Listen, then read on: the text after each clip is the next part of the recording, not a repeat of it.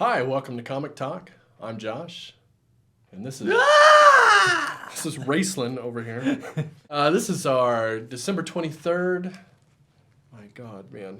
This is our December 23rd. That's Christmas-ween episode of the Pull List Review. This is where we take a look at our pull list. This is where we take a look at our pull list for the week and review them. This week we have 4 titles from our pull list that we actually got a hold of. We will explain that momentarily. We have Daredevil number 2, Last Gang in Town number 1, a Vertigo title. And we got Jupiter's Circle, Volume 2, number 2. We have Bloodshot Reborn number 9 from Valiant. We also, on our pull list, have Astonishing Ant-Man, which I'm sure at least some of the people watching know came out, and probably they enjoy it. Our local comic shop had a little snafu and they didn't get any of that issue in, so we will look at it next week and talk about it then. Bring justice to Diamond. Slighted us. Okay, Drew. This is Daredevil number 2. This is Sol Garni and Mila. He's going after the Ten Fingers guy. We get a little bit more perspective on what he's actually doing and how he operates and that sort of thing. Mm-hmm. This was kind of, to me, more of the same, really. I didn't love this issue, really. I didn't hate it, but I got one thing written on my little cheat sheet here. It just says, a bit bland. And I mean, the whole thing was bland. Like, it almost felt intentionally sort of grayscale. Like, I think it's maybe like a transition issue. Yeah. Like, artistically, it was very gray. Like, there was very little color in the whole thing. And just from a writing perspective, it felt kind of the same. Like, here's a necessary issue that we have to do to move you forward to really get burning on this story. Like, I felt like we just had a bunch of stuff we had to get out of the way. Yeah, a lot of the plot points were really subtle.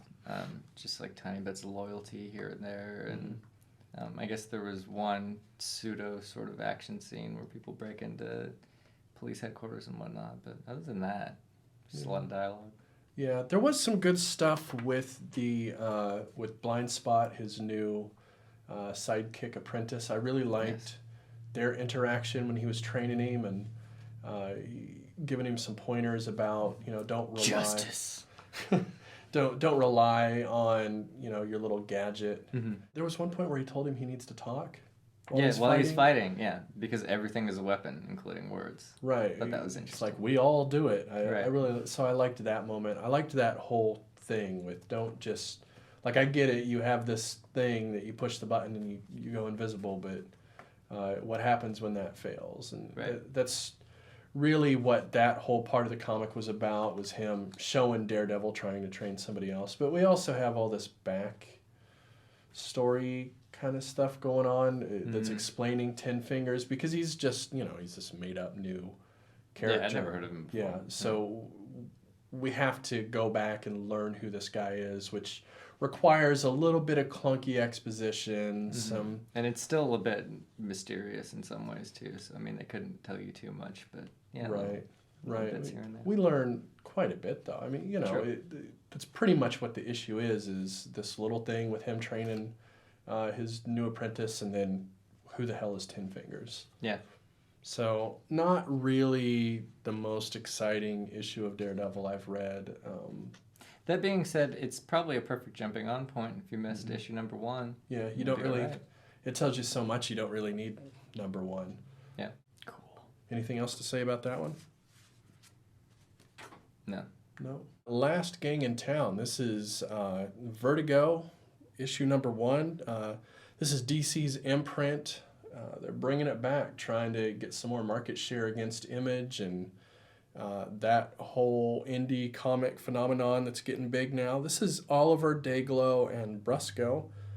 The only real thing I know about this one, off the top of my head, my understanding is this is the artist from Tank Girl, which is kind of a big deal. They haven't done much. It's kind of their reemergence here with this, as far as I know. Mm-hmm. So I couldn't make heads or tails of what the fuck is going on in this comic. So really. Do you have any sort of synopsis for this thing? Well, what I put was theft and punk rock circa 1977 England.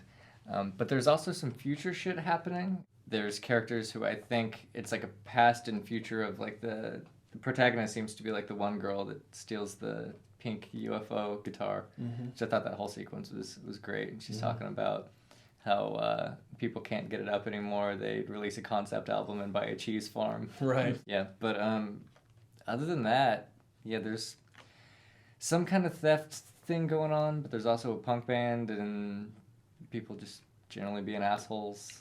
Right. The funny thing is I would almost liken this comic to a concept album. Yeah. Like this is, some real punk rock creators who've done some really simple in-your-face comics in the past, and they're coming back and now they've got this kind of high concept thing with a punk veneer over the top of it.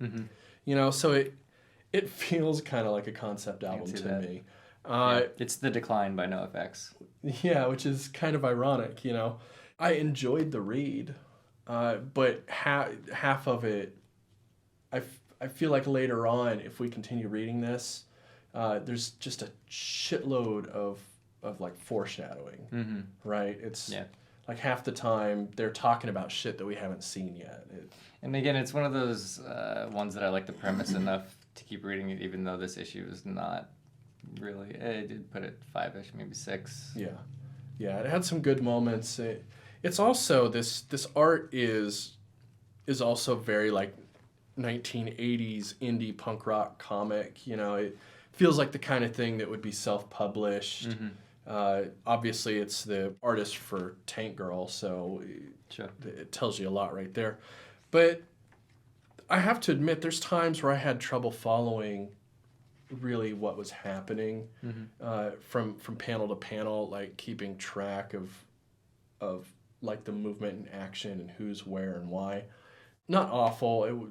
It wasn't unbearable, but it's not the most coherent story ever told. Yeah, the story and art are both pretty scattershot. It feels like it's coming at you from a shotgun. Just you get kind of beat over the head or blasted in the face with it, which I think is the point. Yeah, I like the little doodles in the margins and stuff too. That was nice. Yeah, it's real loose and fun. It's pretty cool. I liked it okay. I agree. It's like a 5 or 6 out of 10 if I had to give it like a rating. Let's talk about Jupiter's Circle Volume 2, Issue 2. This is Millar and Torres. So we've really been liking this series quite a bit. I think it's made like our top series in multiple months. So real quick, what is this one? This one follows, what's his name? Sky Fox. Sky Fox has become somewhat of a beatnik. We get cameos from Kerouac and Burroughs, and they also name drop Ginsberg, which I thought was brilliant. And there's this whole LA riot kind of thing going on in the background that comes to the foreground, and it's really a lot of stuff going on, really. Yeah, well, okay, so first we get this weird front-end story that's just a few pages about the UFO thing. I'm not even sure how that ties in or what that's doing in here, first of all. I don't know. And as usual, this has nothing to do with issue number 1. No. They don't seem connected in any way. But who cares, right? Like, I thought this was pretty cool. And yeah, it's like this thing about sort of how classic superheroes in the 60s would have actually had to deal with like race relations. Like, it's really about race relations and like the LA riots from the time. Yeah, and the fact that they're basically employees of the president, so they kind of got to do what he says, but so far he's managed to keep them at a distance from, sensitive issues and stuff like that. If we get a continuation of this, which history tells us anything we probably won't, I would guess that at some point he's going to kind of overstep his boundaries and tell them to get involved in something that they are not comfortable with. But that seems to be the way that it's going. And like with a lot of the other issues we've gotten to this, it's not real. It doesn't like get in there and really grind through these things. They're almost like tone poems. You know what I mean? Like it's just real light. You get a few pieces of dialogue, but there's like no exposition at all. It's never like, here's why we're doing what we're doing and here's what we're going to do next. It's just like what's our plan again? Oh, blah, blah, blah, blah, blah. Right. It's just a slice or a moment of like, here's what he's doing at this moment. Yeah, foreign film style. Yeah, and that tone that they give you tells you all you need to know, and you can fill in the rest. Like, really what they want to do is get you into like the characterizations of these people. And the thing I love about what Miller's doing here is he trusts the reader to fill in these blanks and understand what he's getting at. Like, he doesn't beat you over the head with these ideas, which for Mark Millar seems so opposite. Like, he's really impressing me with how far in the other direction from his old like Kick-Ass and what was that, Nemesis, and like these old series that he used to do that were really like in your face with all of the concepts and really jam the exposition down your throat. He's going completely the other way. Yeah. I think we mentioned when we were reading this that it's kind of strange. He seems to be hitting his stride, and like, I don't know how old he is. I would assume like mid to late 40s by now. Yeah. You know, which is awesome. We don't see a lot of writers that came around when he came around like still in it. You know, they're already like way past their prime and like out of the game, and he's really just now starting to get it together, in my opinion. So I think it's cool. Yeah, I love this stuff. I really like the feel of this writing. It's just so sparse. It's hard to even explain to someone just over this sort of medium here that we're doing just how loose and sparse the writing is here. It really is like a whole scene is 3 or 4 sentences a lot of times. And sometimes there's more. Like there's the scene with Kerouac and the press conference was, I think, a good couple pages. Yeah, but it, you know, there's just no. He just trusts his readers so much in this series. I'm really loving it. On the other hand, the art in this one is starting to get a little lazy by Torres, I felt. You think so? Did you get that I really feeling? like the 2-page spread. I thought that was awesome. Yeah, no, I agree there. And I like all the paneling work. I love all of like his layouts and how he chose to do things, but I just feel like some of the actual inking is just looks lazy to me a little bit. Minor complaint. Maybe. You know. It's still in the same vein as it has been, you know, so maybe he had a busy week or something. Yeah, that's what it feels like to me. Like he just had to rush through this one a little bit more than normal. But overall, man, this is a cool book. Yeah. Oh, yeah, I also saw when you were flipping through the pages there, the scene where he, like, passes out in the pool and comes to, and he's like, how long was I out? Oh, you've been in there for, like, 17 hours. Yeah. Superhero problems. Yeah, I really like this idea as well of a superhero that does the, you know, tune in and drop out or whatever. Like, that's what he's doing. He's going on, like, this Jack Kerouac or what's that other fucker we were talking about earlier? Hunter S. Thompson. Hunter S. Thompson, you know, he's kind of going on one of these journeys like a lot of these guys went on, but it's a superhero, you know, and then he still puts his shit on and he goes out and does his superhero stuff, but, you know, it's changed him, and so now he's doing different shit. It's really cool.